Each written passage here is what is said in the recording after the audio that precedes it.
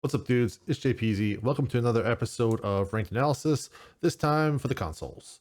Murphy Slaying is a Silver 4 on PlayStation, and looks like he's been as high as Gold 1 last season, but he's currently at Silver 4. So let's take a look to see what his notes say on submission. Looks like his strengths are reaction time, support, and his angles. His weaknesses are movement, aim, crosshair placement, aggressiveness. A large list of weaknesses, but good that you are aware of them. All right, let's take a look at what we got for video. Looks like we're on Outback. Skipped a little bit ahead. I didn't notice the map beforehand, but looks like we've got, for your bans, we banned Jackal and Clash. I'm going to go ahead real quick and say Clash is most likely a waste. Again, percentages of people that play it, more often than not, are a waste. And Melusi. For the new season, Melusi is probably going to be a standard ban, but two stronger bans in this situation, specifically how strong they are on this defender-sided map, is going to be Mira and Echo. Both are insanely strong on both sites. So let's continue from there.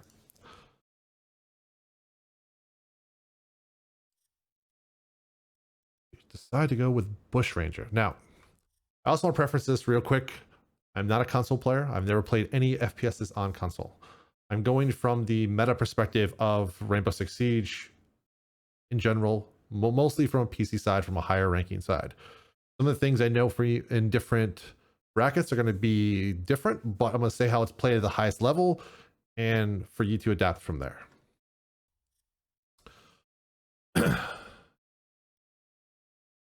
Like going with Valkyrie. It's kind of lack a solid anchor. Mozzie over here is probably your, Mozzie or Jaeger is probably going to be your anchor. You have some barb, at least. The rest do not. So you're going to have to be playing pretty aggressive with this lineup. Secure the area. Keep the bombs protected. All right, it seems like you are AFK from the beginning. I'd like you to move for another couple seconds. All right, looks like you're moving with a plan, which is good. No, you're not. Okay, so your turn. So right now you've picked Valkyrie and you don't have a distinct plan for what you're doing. That camera is in the middle of sight and in view of a door. Not a very good camera. If you're gonna play a character like Valkyrie, try and do a little bit of research or practice a little bit of camera placements and try to find some good positions.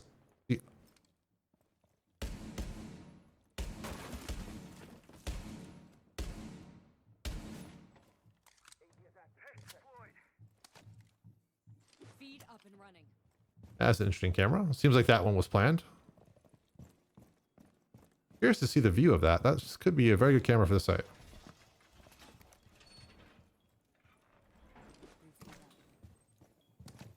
See, those two, it seems like the first one was not well thought out, but the other two seems to be. Curious if you can see behind you at all. I don't think you can with that angle, but... Oh yeah, you can. You can see all the way into the little lizard area. Let's see if they chill on cams for a bit. Skip through. You know someone's above, and you peek the hatch instantly and die. So, all right. So this is obviously a really quick round, and you're dead already. So you knew someone was above. There is a hatch there. It wasn't reinforced. Not sure if you used your reinforcements. I did not see them go up, but if you're holding that site, you should most likely be reinforcing that site. So that's number one that I would be recommending, is make sure you use your reinforcements and assume that if it's a bottom site, people are going to try and play from above. Take care of the hatches. And then if you hear someone stepping above you like that, be aware of where the hatches are on the map. That way you don't just walk to your death.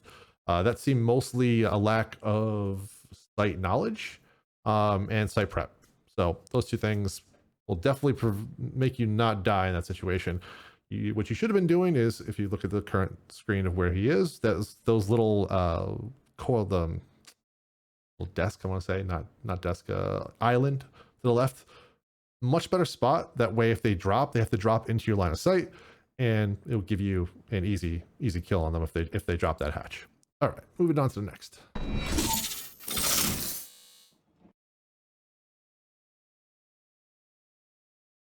guys are going back to Bush Ranger. That's interesting because Bush Ranger is unequivocally the worst site on this map. So it's very interesting that you guys defend it twice. That's a weird choice. Secure the bombs. All three of the other sites are definitely superior. Now you're Cav.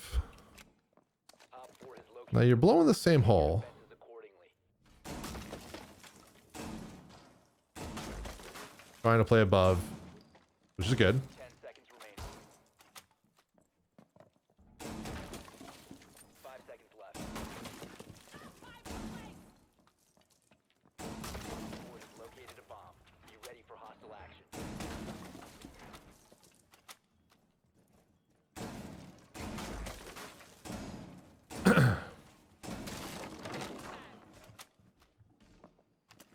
Your whole choice is just curious to me. You're trying to give yourself many lines of sight, and then you're gonna walk right in front of that window that was open. Whoa.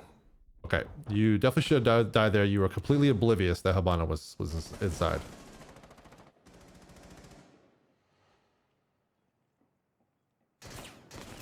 You could. Op 4 last stop standing. All right, real quick.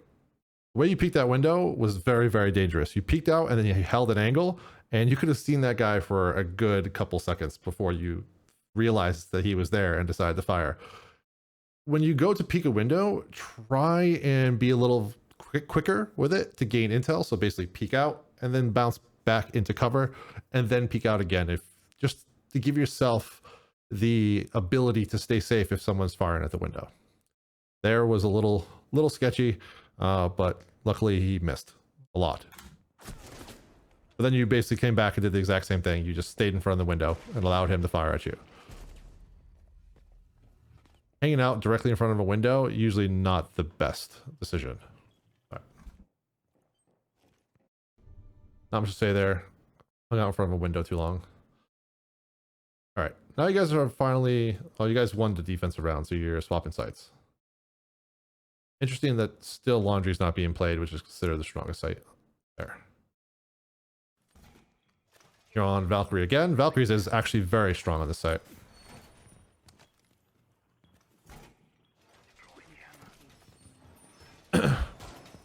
Lots of viewing angle in that camera. So you've got a plan here, which is good.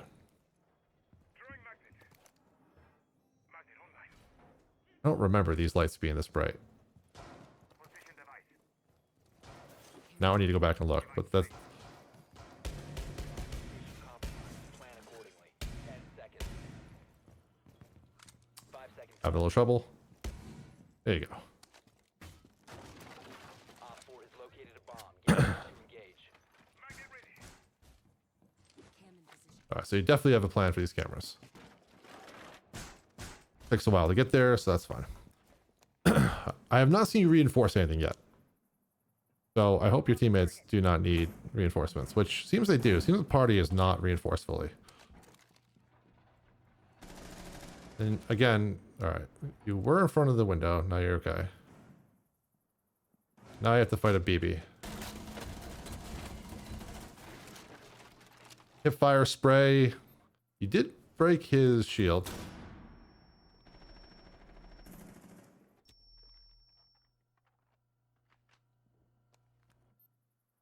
But he knows you're there. And I believe on your camera you saw him back up.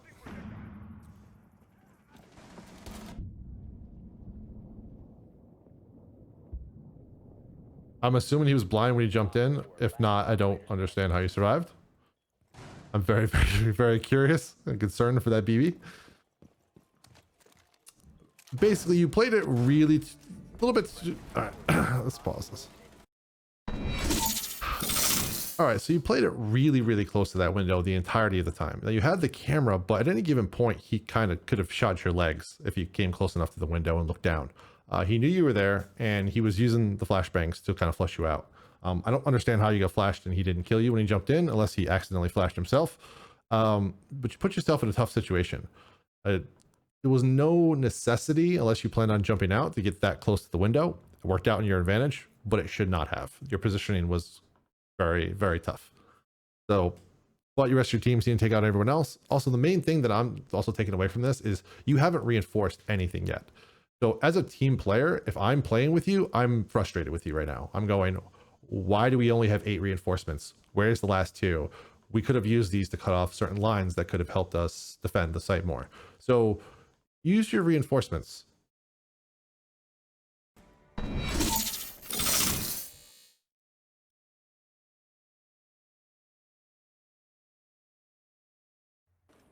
All right, so you have a drone set up to watch your own spawn peaks, which is good. And now you're running with Ash. R4C. Pick up your own drone and bring it back in. So site is laundry and you're pushing in from piano.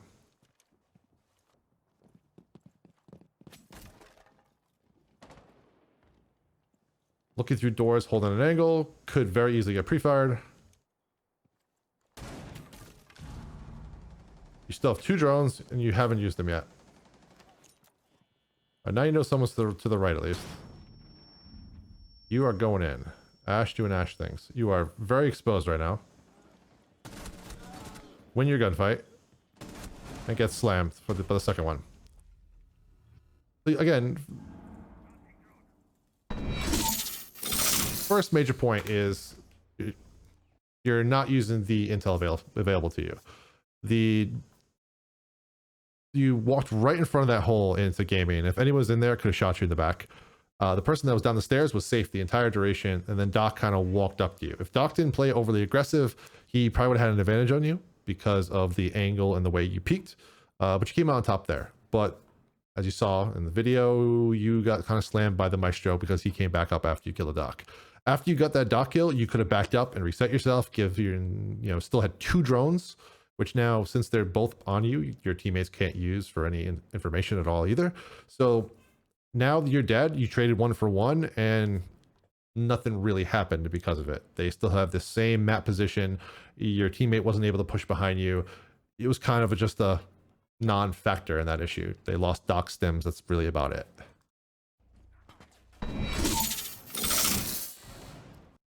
All right, looks like your team pulled that off.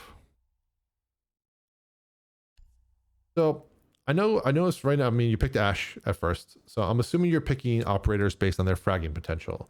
And it doesn't look like you have any. Now I'm curious to see what you do with Hibana.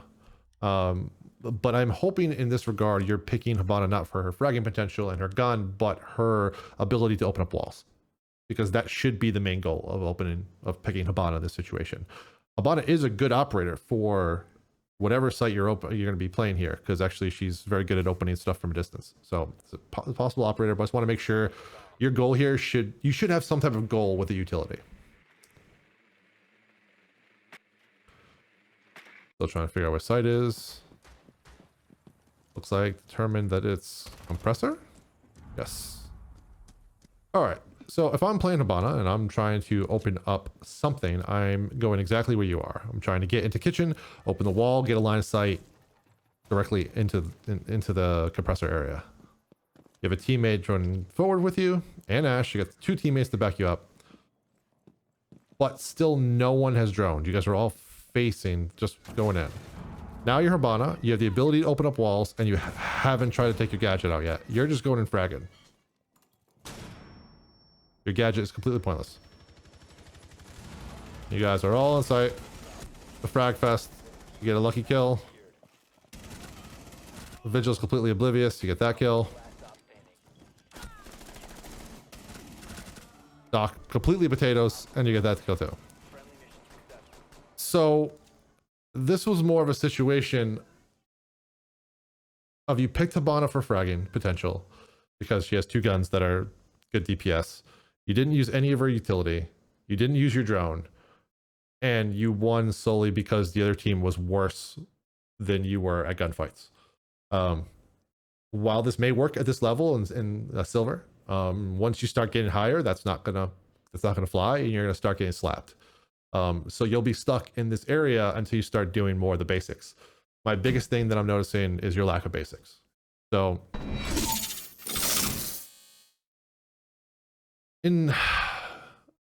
as you go up and down brackets, the biggest thing that most people will notice is the lack of fundamentals, the lack of droning, the lack of reinforcements, the lack of basic things to help your team succeed. That's the main takeaway that I got from watching this video is you skipped out on the majority of the aspect that makes Siege. You turned it into basically a TDM match. You didn't use your reinforcements. You didn't try to get angles. When you had the ability to open up reinforced walls, you didn't use that utility either. And then you didn't use your probably best utility on attack as your drones. You droned yourself in, but then the drone wasn't, once you're in the building, your drone pretty much didn't exist. Take note of if you are entering a building and two teammates are face checking and going in aggressive in front of you, that means you have space to drone. Take advantage of that. And you either drone your teammates in and help them get frags for easier wins, or even put that drone for a flank watch. So if a teammate dies, then maybe they can watch your back if they die. I'm not saying you're in a lower bracket. A lot of these players also aren't going to have the same basic fundamentals, but maybe every once in a while you'll get a teammate that swaps to a drone, ping someone that's flanking behind you, and you'll survive that round. So look at it from a utility standpoint, look at it from a basic standpoint, and you'll start growing as a player. So I hope that was beneficial to you. And now for everyone else viewing, if you want to submit your own clips, there'll be a link in the description as well as top comment, and submit that and I'll take a look at a future episode. As always, my name is Jpeasy. Take it easy.